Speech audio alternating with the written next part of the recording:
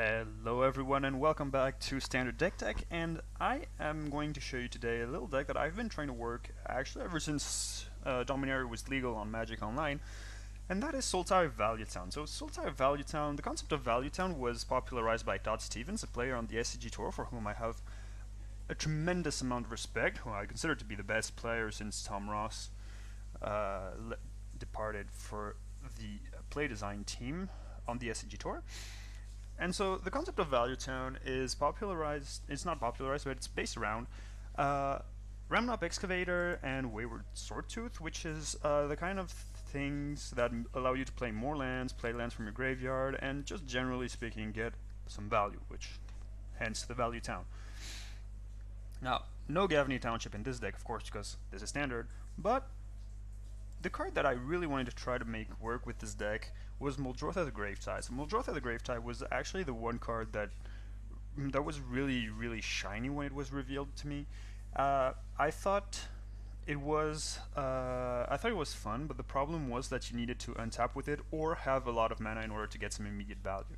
So how does this work? So it's a 6/6 for 6 and 3 colors, and during each of your turns you may play up to one permanent of each type from your graveyard. Now, of course, 6 mana is a lot. 6/6 vanilla body means that it's not evasive, and it can be dealt with rather easily in constructed. I'm sure that in limited, it's a lot more of a house, but not in standard, unfortunately. So the way things are going.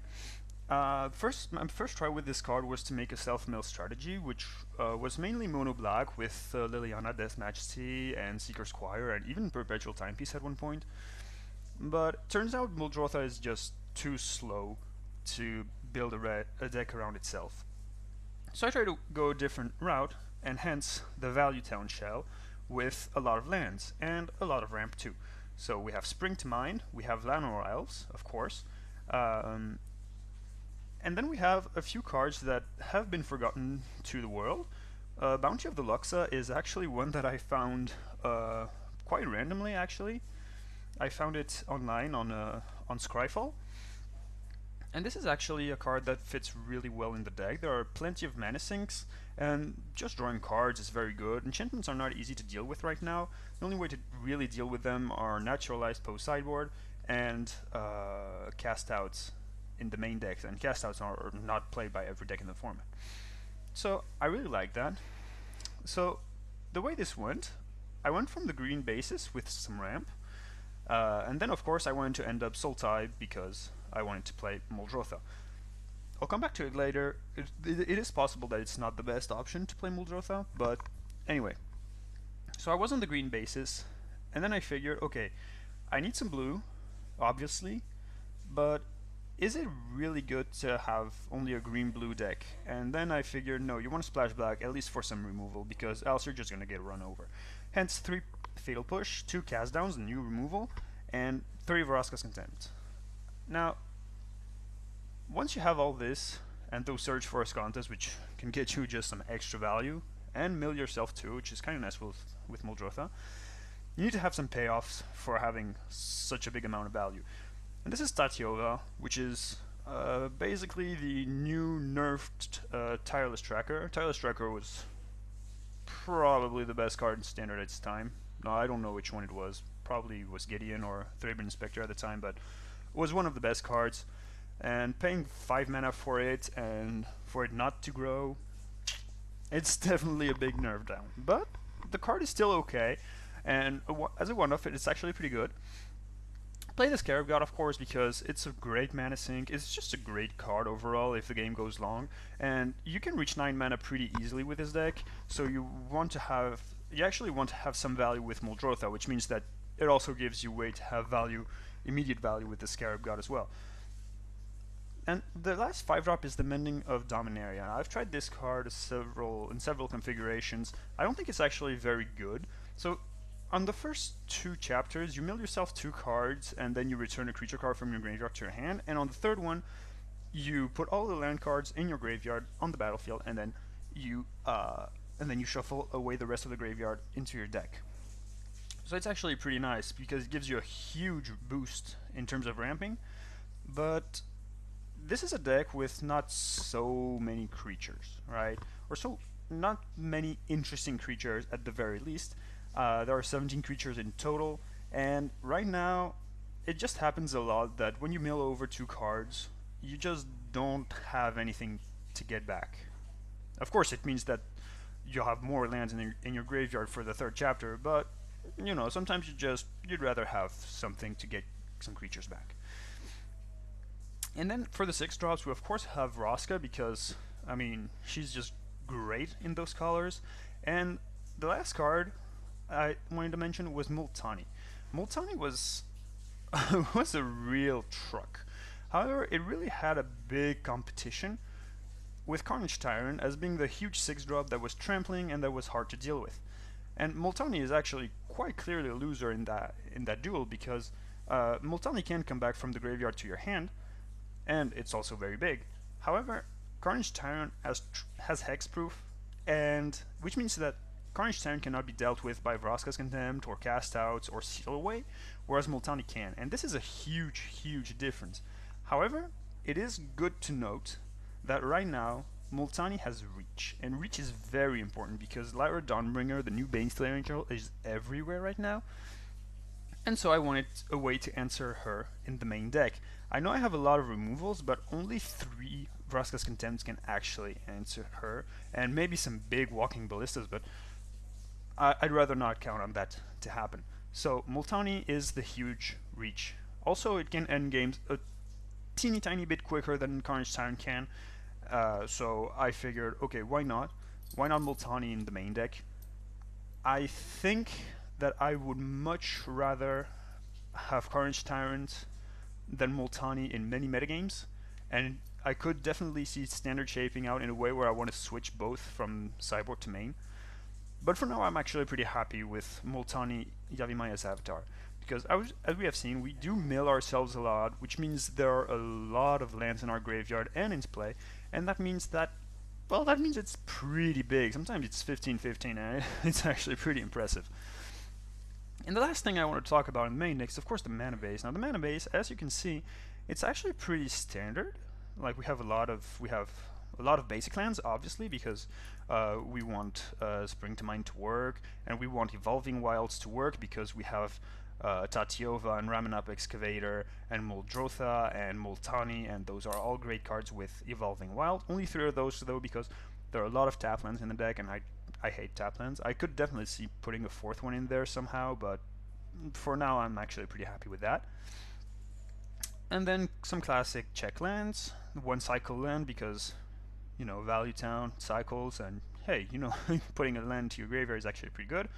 1 Arch of Orazca. Now, we don't have Hour of Promise. I've tried it out, and the problem is that you can have a lot of problems with the deserts in the mana base. Like, it really can make the whole thing really hard to hold together.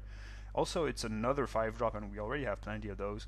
So I switched it out. Mana base is a lot better now, and Arch of Orazca, sometimes you draw it and it's good, and sometimes you mill it and then you have to wait for a Ramunap Excavator or a Muldrotha to play it back.